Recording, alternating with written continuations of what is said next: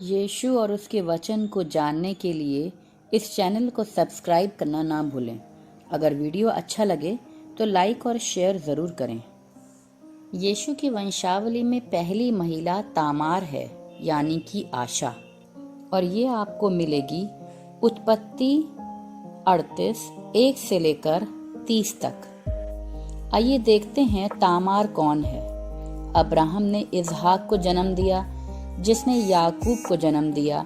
याकूब का नाम परमेश्वर ने इज़राइल रखा और उसके 12 बेटे हुए।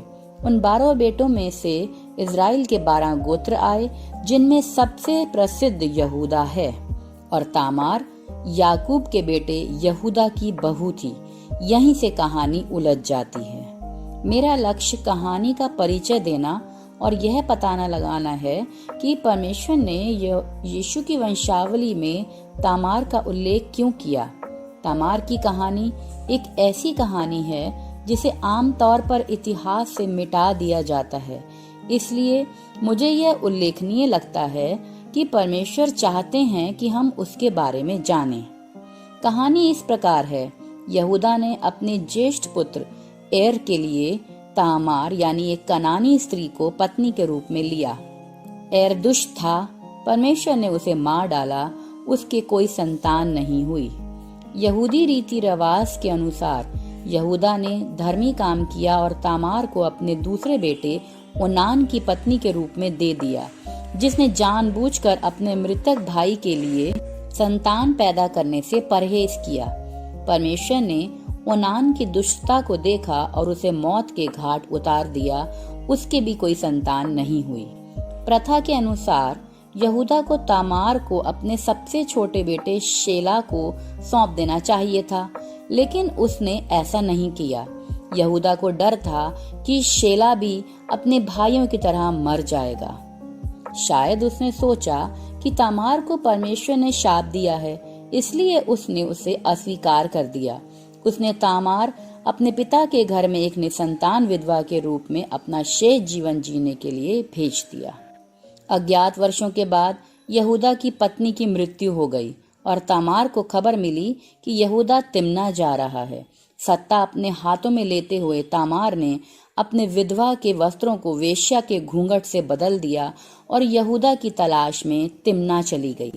वेश्या का वेश धारण करके उसने यहूदा के साथ सौदा किया। बड़ी चतुराई से तामार ने यहूदा की मोहर, रस्सी और लाठी को भविष्य के भुगतान के लिए गिरवी रख लिया। यहूदा उसके साथ सोया। इसके बाद वह चुपचाप चली गई और एक बार फिर अपने विधवा के कपड़े पहन लिए। जब यहूदा ने अपनी प्रतिज्ञा वापस पाने के लिए अपने रात की व्यभिचार की कीमत भेजी तो कोई भी वेश्या नहीं मिली। हालांकि 3 महीने बाद तामार गर्भवती पाई गई। यहूदा ने उसे जलाने का आदेश दिया, लेकिन उस समय जब तामार अपने पाप के लिए जलाए जाने के कगार पर थी, तामार ने अपनी सही योजना का खुलासा किया। जिस आदमी की ये संपत्तियां हैं, उसी से मैं गर्भवती हूँ। तामार जुड़वा बच्चों से गर्भवती थी, जिनका पिता यहूदा ही था। तब यहूदा ने तामार को पहचान कर कहा, वह मुझसे अधिक धर्मी है, क्योंकि मैंने उसे अपने पुत्र शीलो को नहीं दिया। मैं ये कहने की कोशिश नहीं कर रही हूँ कि परमेश्वर तामार जैसे कार्यों को क्षमा करता है। इस कहानी के बारे में सब कुछ दुखद है, लेकिन फिर भी परमेश्वर ने मसीहा को भेजने के लिए तामार का उपयोग करना चुना।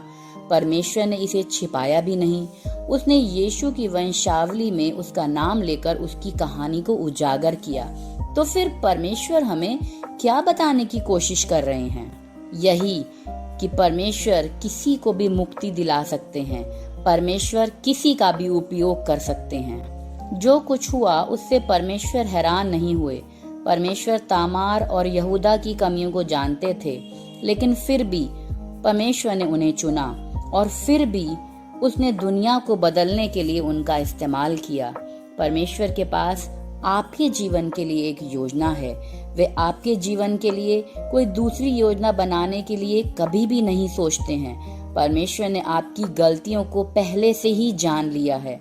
फिर भी परमेश्वर ने आपके लिए जो महान भविष्य की योजना बनाई है, वह अभी भी तैयार और उपलब्ध है। क्या आप इसे अपनाएंगे? परमेश्वर को आपके जीवन से योजनाएं पूरा करने का मौका दीजिए। जय मसीह।